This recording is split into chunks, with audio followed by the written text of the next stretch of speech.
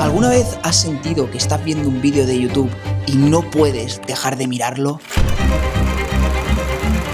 Sabes que podrías cerrarlo, pero hay algo dentro de ti que te dice, espera, un poco más. No es casualidad, los youtubers más grandes del mundo han aprendido a dominar la atención humana, a jugar con tus emociones, tu curiosidad y tu necesidad de cierre. Y no lo hacen con trucos, lo hacen con historias. Porque detrás de cada vídeo que no puedes dejar de ver hay una estructura invisible que lleva existiendo miles de años. Y hoy vamos a descubrirla.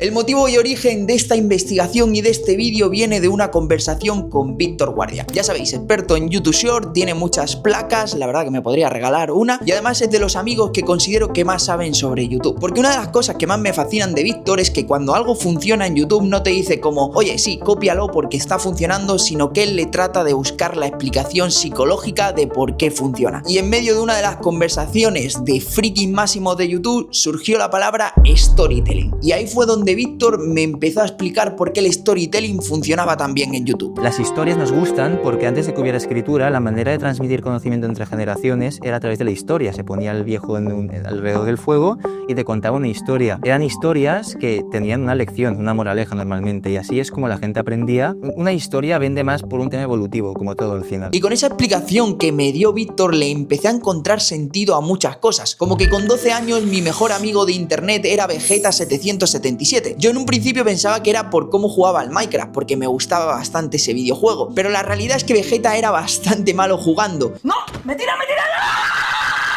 Y lo que de verdad me enganchó a él fueron esas historias que iba contando a medida que jugaba. Era como si el gameplay fuera el contexto y lo que realmente importaba eran las anécdotas. Eso era lo que me estaba haciendo que me vinculase emocionalmente a Vegeta777. De tal manera que Vegeta siempre comentaba en sus gameplays que le gustaban mucho los ositos Haribo. Cuando yo era pequeño a mí no es que me encantasen los ositos Haribo, pero yo me los compraba para ver sus vídeos porque era como la recomendación de lo que yo sentía como un colega. Y tras estar tan rayado con encontrarle el sentido a cómo yo me comportaba como espectador con esto que me acababa de decir Víctor, cuando volví de Barcelona a mi pueblo de Extremadura empecé a investigar sobre el storytelling y todo lo que descubrí, que te aseguro que te va a cambiar la forma de ver el contenido, te lo voy a contar en este vídeo. Lo primero que hice fue sentarme aquí en el setup y encontré un estudio que hicieron en 2017 un grupo de antropólogos de la Universidad de Durham donde descubrieron algo fascinante. Y es que las tribus que contaban más historias tenían mayores niveles de cooperación y supervivencia. Cuando alguien contaba una historia alrededor del fuego, el cerebro humano prestaba mucha más atención. Pero ya no solo eso, sino que la información que te transmitían era recordada. Y entonces pensé, eso es YouTube. YouTube es la hoguera del siglo XXI y los narradores de esas tribus son los creadores de contenido. Total, que ahí empecé a entender por qué había vídeos que habían impactado mucho en mí y otros, la gran mayoría, que ni siquiera me acordaba de haberlos visto.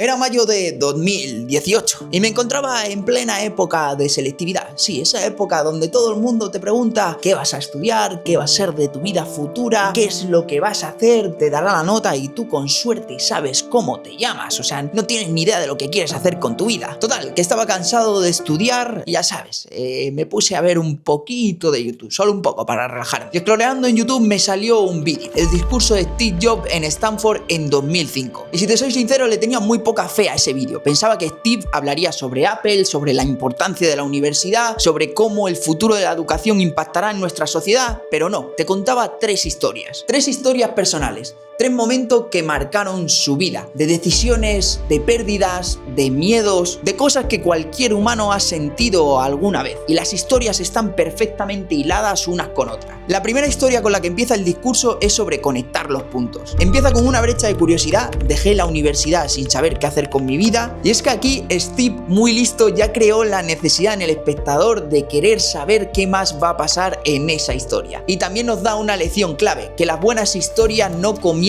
explicando, comienzan intrigando a los espectadores. La segunda historia es sobre el amor y la pérdida y comienza con me despidieron de mi propia empresa, donde Steve se presenta como cercano y vulnerable. No se presenta como el genio millonario, el CEO de Apple, el tío que revolucionó el mundo con el iPhone, para nada. Y es aquí donde nos deja la segunda clave, y es que la audiencia no se engancha de nuestro éxito, se engancha de nuestro proceso, de nuestra evolución. Y la tercera historia hablaba de la muerte, y a mí esta fue la que me me tocó fuerte. O sea, esta fue la que literalmente tiempo más tarde me ha hecho estar aquí hablando a YouTube y elegir la vida que yo quería siempre vivir para mí. Y es que esta historia terminaba diciendo que tu tiempo es limitado, así que no lo malgastes viviendo lo que otros quieren para ti. Y en ese momento, cuando escuché ese discurso en plena preparatoria para la selectividad, ¡wow! Tocó muy fuerte en mí, porque estaba siguiendo un poco lo que mi familia quería para mí, lo que la gente se esperaba que fuese, el tener que seguir el camino tradicional yendo a la universidad, y años más tarde esa idea de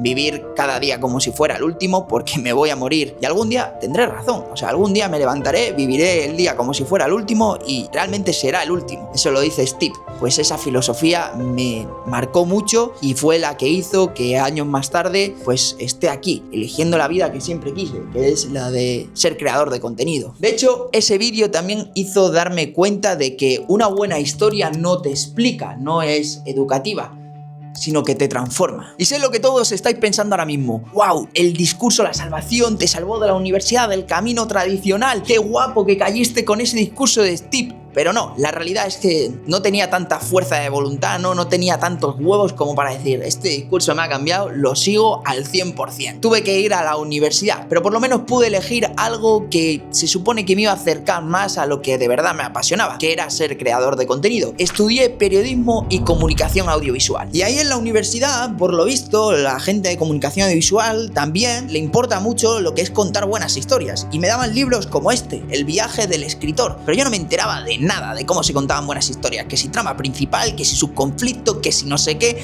todo un lío. Y no sé si era porque estaba pensando más en la fiesta o porque realmente estos libros cuentan historias de una manera un tanto liosa. Hasta que por fin hubo alguien que me lo explicó. Y como no, también estaba en YouTube. Este tío era Casey Neistat, el considerado por todos los creadores el padre del storytelling. Yo nunca había consumido contenido americano, contenido en inglés. Lo primero porque lo entiendo medio regular y lo segundo porque me cuesta mucho empatizar con un creador inglés porque hay muchas referencias culturales que no son iguales. Total, que me cuesta coger ese grado de conexión. Pero este tío hacía de su vida normal, de un día cotidiano, un vídeo que me atrapaba por completo. Y era porque él aprendió a que no tenía que mostrar lo que hacía, sino que todo lo que hacía lo tenía que convertir en pequeñas historias. Y así era, cada vídeo era un capítulo más de su gran serie que era su vida. Eso me fascinó porque fue como el storytelling literalmente se puede aplicar a todo. Y ahí fue donde empecé a estudiar sus vídeos de manera detallada y él mismo me recordó que contar una historia es algo simple, que no tienes que hacer 50.000 movidas y 50.000 cosas. Simplemente tienes que seguir una estructura invisible de 3 elementos.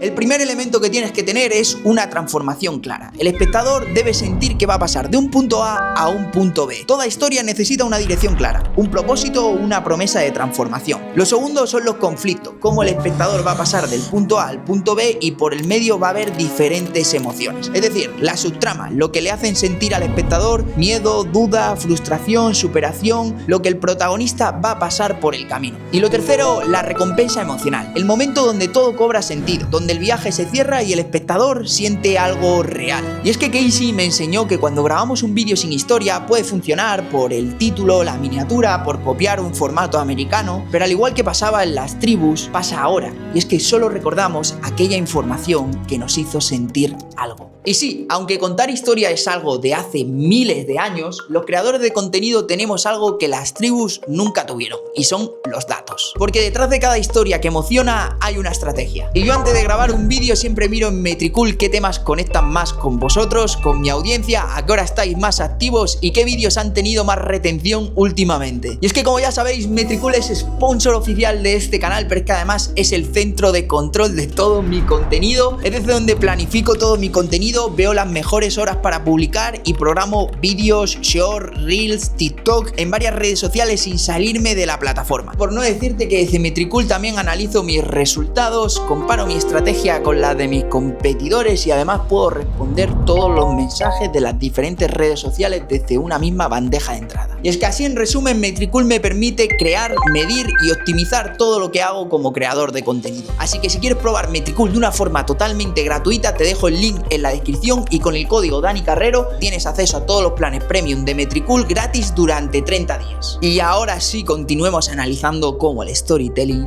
revolucionó YouTube. Y es que después de que Casey nos demostrase que solo nos hacen falta estos 3 elementos para contar una buena historia en cualquier cosa, llegó otra etapa de YouTube. Llegó la etapa de los resubidos de Twitch, de los directos, de los clips y de los vídeos dopamínicos de 10 segundos que competían por tu atención. Y no te voy a mentir, en esa etapa yo pensé que el storytelling había muerto, que ya nunca más íbamos a escuchar buenas historias en YouTube, porque todo se había vuelto demasiado rápido, todo era una carrera por tu atención y ver quién ponía el texto más sensacionalista en la miniatura, quién hacía los vídeos más dopamínicos, era como una especie de entretenimiento vacío, ¿no? Había muchos estímulos, pero en el fondo no sabías ni lo que estabas viendo. Es lo mismo que me pasa ahora cuando entro a TikTok. Veo muchas cosas, pero no recuerdo nada de lo que veo. Y tampoco quiero ser aquí el abuelete cascarrabias, porque la verdad que esa época también tuvo cosas increíbles, pero sí que es verdad que nos hizo alejarnos un poco de lo que a mí en un principio me había hecho enamorarme de YouTube, que eran las historias. Cómo un creador de contenido podía contarte historias y considerarlo de alguna manera como tu amigo de internet. Pero entre todos esos creadores de contenido que estaban haciendo directo, que estaban compitiendo por llamar tu atención, haciendo cosas extremas, hubo uno que la lió bastante. Y volvemos a recordar ese YouTube de historias que tanto nos gustaba. Ese youtuber fue YoshiPlays. Y es que lo que empezó como una capibara dio lugar a una de las grandes historias que han surgido en internet, y fue cómo cambió YoshiPlays, toda esa transformación. 4:10 de la mañana y no he dormido absolutamente nada de los nervios porque hoy me voy a dar la vuelta al mundo. Y sinceramente a mí me volvió a enamorar de YouTube, porque todos los días a las 8 estaba actualizando para esperar ese vídeo de YoshiPlays. Era como cuando esperaba los vídeos de mis youtubers favoritos y estaba ahí actualizando, y cuando lo subían era ¡buah! Mi momento del día. Y yo conecté con YoshiPlays en esa época porque estaba viviendo una transformación, ¿no? Cómo se fue a un viaje siendo el villano absoluto, alguien odiado para todo el mundo, y en ese viaje hace unas reflexiones muy humanas, pero sobre todo lo más importante, vuelve siendo otra persona de la que se fue, vuelve siendo un chaval completamente diferente al Ples que llegó al santuario de Frank. Y es que en esencia eso es con lo que quiero que te quedes, que el storytelling es transformación. Y obviamente esta misma fórmula es la que ha usado en las vueltas al mundo, como unos chavales se van de viaje con un sueño imposible, dar la vuelta al mundo, pero lo importante ni siquiera es los países que van a visitar, si lo conseguirán o no.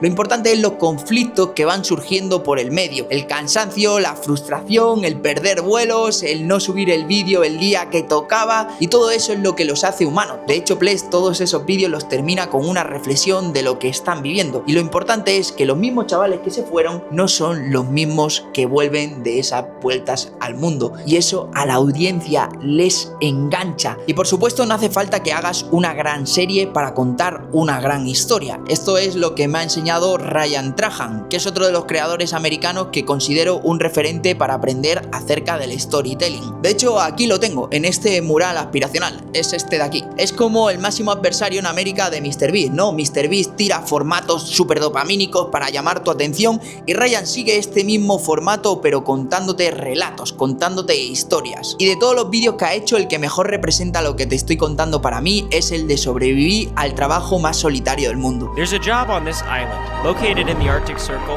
that is considered by journalists to be the loneliest job on Earth. A priori puede parecer un reto como lo haría MrBeast o otro creador cualquiera de entretenimiento, pero te aseguro que es una clase magistral de storytelling reconocida hasta por el propio YouTube. En este vídeo convierte un reto sin más en una historia humana, un viaje emocional sobre la soledad, los sueños y el propósito, terminando con una reflexión que te deja en silencio. Puedes estar físicamente solo y sin sentirte triste por ello y sin sentirte solo. Entonces, ¿cómo puedo estar sola aquí cuando estoy viviendo mi sueño? Y es que cuanto más llevo en YouTube, más me doy cuenta de algo. Y es que la gente no sigue a canales, no sigue formatos, no sigue algoritmos. La gente sigue a historias. Seguimos a personas con quienes conectamos, a personas que nos hacen sentir parte de algo. Nos quedamos con las personas que nos recuerdan lo que somos y hacia dónde vamos, no con aquellos creadores que copian un formato de América y que pueden llegar a tener millones de personas, pero que nadie sabe ni quiénes son, ni de dónde vienen, ni cuáles han sido las cosas por las que ha pasado para estar ahí. Y es que Honestamente, en una era donde todos estamos peleando por tu atención, con efectos, dopamina, miniaturas llamativas, optimización máxima de la retención con los guiones palabra por palabra, al final la historia vuelve a ser lo más humano que nos queda.